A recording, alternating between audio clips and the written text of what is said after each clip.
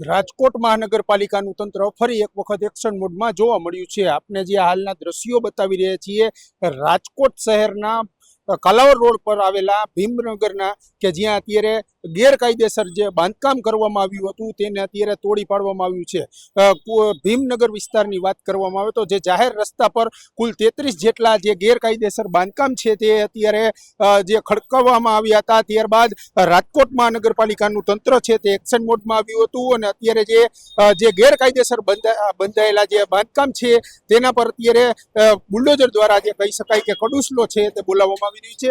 રાજકોટ મહાનગરપાલિકાના જે town planning શાખા છે તેના દ્વારા અત્યારે તમામ ગેરકાયદેસર જે બાંધકામ છે તેના પર અત્યારે બુલડોઝર ફેરવવામાં આવી રહ્યું છે। સાથે સાથે વાત કરવામાં આવે તો અગાઉ પણ જે મહાનગરપાલિકા છે તેના દ્વારા જે જંગલેશ્વર વિસ્તારમાં જે ડિમોલેશન હાથ ધરવામાં આવ્યું હતું કુલ 1509 જેટલા જે ગેરકાયદેસર જે મકાનો છે ત્યારે જે 1509 મકાનો ઉપર જે કડુસલો બોલાવવામાં આવ્યો હતો ત્યારે અત્યારે ભીમનગર વિસ્તારમાં આ 33 જેટલા મકાનો પર જે કહી શકાય કે કડુસલો છે તે બોલાવવામાં આવ્યો છે। આ જે 33 જે મકાનો તેમજ જે કાચા પાકા જે દુકાનો સહિતના જે અત્યારે જે ગેરકાયદેસર રીતે જે અહીંયા જે દબાણ જે કરવામાં આવ્યું હતું તેને લઈને ક્યાંક ને ક્યાંક રાજકોટની મહાનગરપાલિકા અત્યારે એક્શન મોડમાં જોવા મળી છે।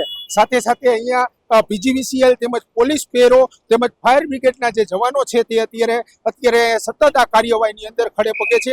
કોઈ અનિચ્છનીય ન બનાવ બને તેને જ લઈને રાજકોટ મહાનગરપાલિકા તેમજ રાજકોટ શહેર પોલીસ દ્વારા જે કહી શકાય કે ચુસ્તપણે અત્યારે અહીંયા પોલીસ બંદોબસ્ત છે તે ખડકી દેવામાં આવ્યો છે। અને હાલ જે વાત કરવામાં આવે આ જગ્યાની તો જે જાહેર રસ્તા પર જે 33 જેટલા મકાનો તેમજ જે દુકાનો છે તે ખડકી દેવામાં આવી હતી તેનું અત્યારે ડિમોલેશનની જે કાર્યવાહી છે તે રાજકોટ મહાનગરપાલિકા દ્વારા કરવામાં આવી છે અને જે કરોડો રૂપિયાની જે જમીન છે તે અત્યારે ખાલી કરવામાં આવી છે। યુવરાજ ચૌહાણ, ફૂલછાપ ડિજિટલ, રાજકોટ।